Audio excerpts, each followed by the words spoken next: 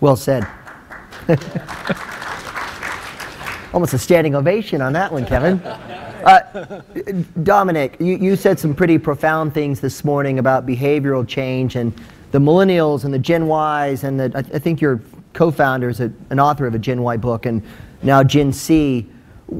All these 20-somethings, they get out of uni, here in the room, they're going to be employed. They don't care about these policies. They want to keep using social networking. They're not going to use email. They're going to use a little less SMS because they all have iPhones. They're going to try iMessage now. It's profound for Optus. How do you see them coming into the workforce and shaping policy around IT that we've had, because they're just not going to put up with it?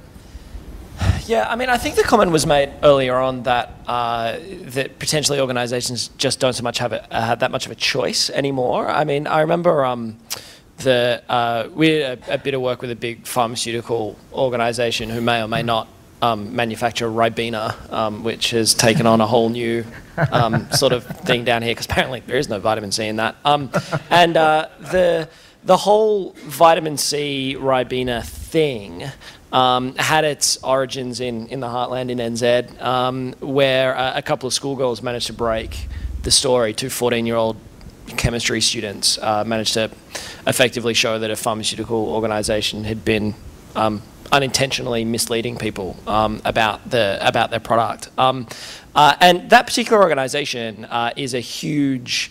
Their story broke in social media first, and it got international traction via social media. And trust me, these guys spend a fair bit of money trying to prevent brand damage and those sorts of things. But in the face of, in the face of peer-to-peer, social-enabled information sharing, we're effectively completely unable as an institution to stem that flow of information. And a couple of our consulting and accounting industry clients in Australia who, for instance, banned Facebook at work. And the description I try to use of it is banning it under the genuine delusion that they think that will stop people using it, either at work or at home. But of course, if you search for the name of this company on any of those social networks, you'll find thousands of groups with the company name in there, and lots of their staff in those groups. So I think, it's all, the data shows, and it's pretty well established that generationally people will demand access to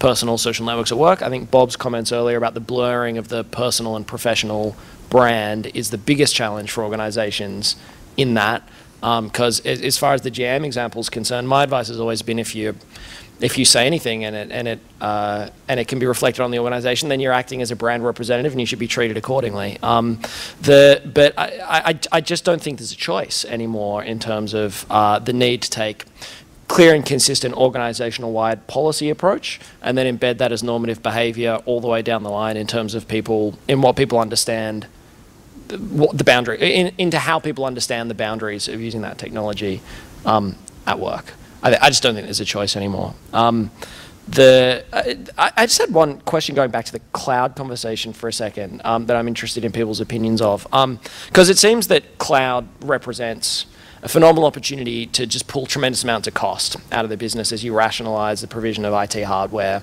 and computing power and storage and those sorts of things. The cost savings are just astronomical. But it's seen the emergence of a whole lot of very small providers in, like, say, the collaboration space or the email space who have a free or a freemium model of service delivery, and like 30,000 businesses a day going Google for email or some absurd figure like that. And I'm just wondering, as people who represent very large players, either vendor or client side, what you think of what pressures you think that emerging small player kind of mentality might be putting on large enterprise service or technology deliverers, and what client-side considerations should be in selecting cloud services that may be from fringe, small, free or freemium providers of previously things that only came from like your Microsofts and organizations like that. I don't know if anyone has any comments on that. You want to take that?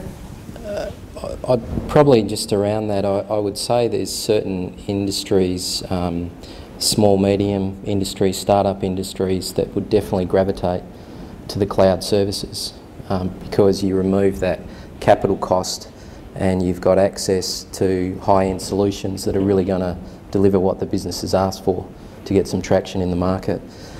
For companies that are medium to large, again, I think it'll be decision around risk and probably coming back to the build buy decision. While certainly it does remove a layer of cost, the reality is that hardware for resources and storage and that type of thing, there's a lot of market forces that are pushing that cost down as well. So the ability for the business still to manage that effectively is still available.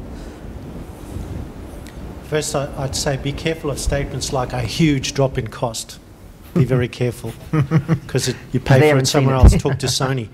The second point, the second point I'd make is I'll give you a story, and I won't name names, but a very large software supplier had this application that costs, you know, millions of dollars if you wanted to deploy it, where you can hold your iPhone up and you can track a race. I'll just leave it at that. You can track a race real time, gives you the information, etc.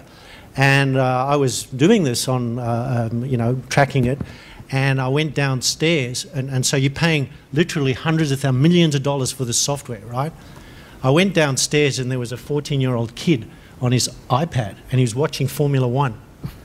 And he's watching television, and he's got his iPad there, and guess what he's doing?